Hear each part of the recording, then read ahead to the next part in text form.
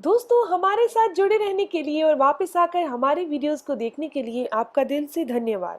दोस्तों आज मैं आपको बताने जा रही हूँ कि अगर आपकी पिंडलियों में लगातार दर्द रहता है, कड़कपन रहता है, ऐंठन रहती है और आप इस दर्द से बहुत ज़्यादा परेशान हैं, इसकी दूसरी तरफ आपको एक चीज़ और बताने जा रही हूँ कि अगर ये पिंडलियों का दर्द आपको कभी कभार होता है, जिस दिन आप ज़्यादा खड़े रह गए थे, ज़्यादा चल लिए, तो कोई घबराने की बात नहीं है, किसी दवाई की ज़रूरत नहीं है। बस जिस दिन दर्द हो रहा है उस दिन आपने अपने पैरों के तलवों के नीचे सरसों के तेल की या तिल के तेल की मालिश कर लीजिए।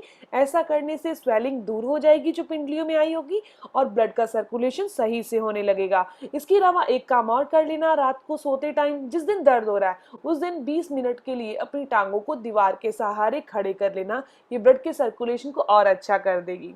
थोड़ी सी सिकाई कर सकें तो मतलब आप बाथ ले लीजिए, नहा लीजिए गुनगुने पानी से, तो आपका ये दर्द बिल्कुल दूर हो जाएगा। किसी औषधि की, किसी दवाई की ज़रूरत नहीं पड़ेगी। इसके अलावा दोस्तों अगर इस वीडियो से संबंधित आपके कोई भी सवाल हो तो मैं शाम को 7 से लेकर 7:30 तक लाइव आती हूँ दिव्या शर्मा पर। आप अपने सवाल उस टाइम पूछ सकते हैं। लेकिन इसकी दूसरी तरफ अगर आपको ये समस्या हर रोज होती है, रात को जब आप सोते हैं तब आपकी पिंडलियों में दर्द होता है, ये पिंडलियों का दर्द इतना ऐसे नहीं होता है कि आपको इसके लिए पेन किलर खानी पड़ती है, या फिर जब आप चलते हैं तो ये पिंडलियों का दर्द हर रोज हो रहा है, तो दोस्तों ये वीडियो आप एंड तक जरूर देखिए ताकि आपको इसकी सारी जानकारी मिल सके। तो दोस्तों इस वीडियो में आपको बताने जा रही हूँ कि आखिर पिंडलियों के दर्द के क्या कारण है, फिजियोथेरेपी के द्वारा इसका इलाज हम घर पर कैसे कर सकते हैं और घरेलू इलाज हम घर पर कैसे कर सकते हैं। तो चलिए दोस्तों वीडियो को स्टार्ट करते हैं। सबसे पहले मैं आपको कारण बता देती हूँ। क्या आप भी खड़े होकर पानी पीते हैं? अगर आप खड़े होकर पानी हमेशा ऐसे ही पीते हैं, ऐसे ही आपकी आदत है, तो पिंडलियों में दर्द होना लाजमी है।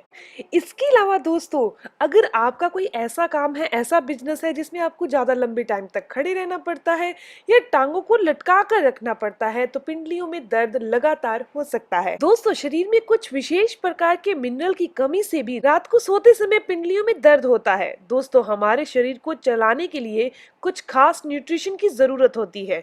इन मिनरल के नहीं होने की वजह से ही यह समस्याएं पैदा होती हैं। दोस्तों अगर आप भी रात को सोते टाइम या चलते समय टांगों की पिंडलियों में दर्द या पैरों के तलवों में दर्द महसूस करते हैं, दर्द से बहुत परेशान रहते हैं, तो मैं आज आपको बताने जा रही हूँ 3 ऐसी चीजें जिनका सेवन अगर आपने करना शुरू कर दिया तो ये मिनरल्स आपकी बॉडी में पूरे हो जाएंगे, तो आपको ऐसी समस्या नहीं आएगी। इसके अलावा अपने बात करेंगे फिजियोथेरेपी की कुछ एक्सरसाइज के बारे में। दोस्तों सबसे पहली चीज है, आपने कैल्शियम की कमी नहीं होने देनी।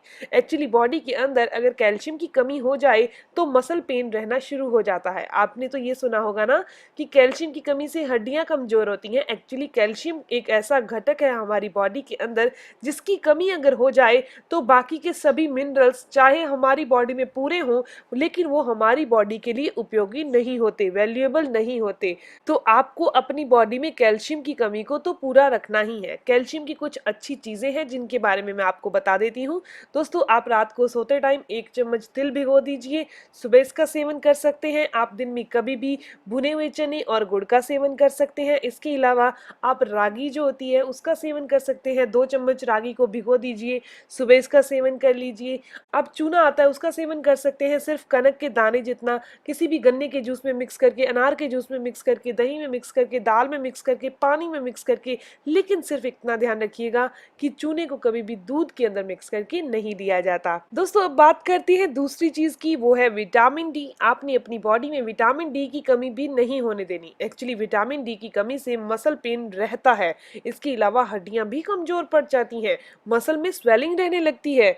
दोस्तों बाल बेवजह झड़ने लगते हैं और हड्डियां टकराने पर दर्द करने लगती हैं। तो आपको विटामिन डी लेने के लिए क्या करना होगा, आप सुबह की धूप लीजिए, दोपहर की धूप नहीं लेनी। आप संतरे का सेवन कर सकते हैं, मशरूम का सेवन कर सकते हैं। इन चीजों के अंदर अच्छी मात्रा में विटामिन डी होता है। इसके अलावा दूध और दही में भी अच्छी मात्रा में विटामिन डी होता है। दोस्तों तीसरी और लास्ट चीज है आयरन।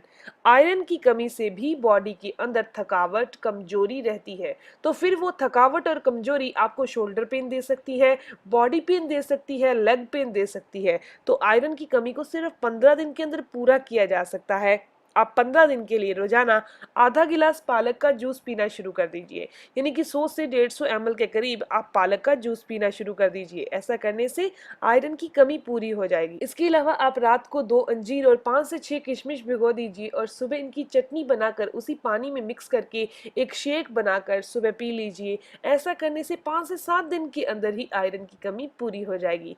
दोस्तों, ये तो वो 3 चीजें थी जिनकी कमी आपने बॉडी में नहीं होने देनी अगर आप चाहते हैं आपकी बॉडी में किसी तरह की कोई मिनरल्स की कमी नहीं हो। इसके अलावा अब मैं आपको बात करती हूँ फिजियोथेरेपी की। तो फिजियोथेरेपी में चलो करके दिखाते हैं कैसे करना है। तो सबसे पहले आपने बैठ जाना है और टांगों को सीधे कर लेना है और अपने पैरों को आगे पीछे करना है, जैसे कि मैं आपको करके बता रही हूँ। आप अपने पैरों को आगे पीछे करिए इस तरीके से कम 10 बार आगे 10 बार पीछे करिए। इस तरीके से करेंगे तो आपकी पिंडलियों पर यहाँ खिंचाव और रिलैक्स भी महसूस होगा, बहुत रिलैक्स महसूस होगा। आपको रात को सोते टाइम इसे ज़रूर करना है, रिपीटेशन में 10-10 बार करना है। अब दूसरी में आपने क्या करना है, अपने पैरों को क्लॉकवाइज और एंटी क्लॉकवाइज आपने घुमाना है, जैसे कि आपको करके दिखाया जा रहा है। फिर एंटी क्लॉकवाइज घुमाइए। इस तरीके से जब आप करेंगे तो पिंडलियों के अंदर जो ब्लड का सर्कुलेशन सही से नहीं हो पा रहा वो सही से होने लगेगा। इस तरीके से आप रिपीट कीजिए, 10 बार एंटी क्लॉकवाइज 10 बार क्लॉकवाइज, इस तरीके से आप इसे घुमाइए। एक्सरसाइज में आपने पिल्लो लेना है और अपनी लेग को पिल्लो के ऊपर रख लेना है और अपने दोनों हाथों से इस तरह से पिंडली को ऊपर की तरफ खींचना है। इस एरिया पर बहुत रिलैक्स महसूस होगा अगर आपके बहुत दर्द हो रहा है। इस तरीके से करिए जैसे आपको करके दिखाया जा रहा है। आपको ये नॉर्मल सी प्रोसीजर लग रहा होगा। आपका थंब जो है वो इस तरह से वर्क करेगा, ये पिंडली के नीचे वाले हिस्से को रिलैक्स देगा। इस तरीके से करना है, लेकिन आप एक हाथ से नहीं करना, मैं तो ये आपको दिखाने के लिए कर रही हूँ। ये दोनों हाथों से इस तरीके से ही आपने करना है।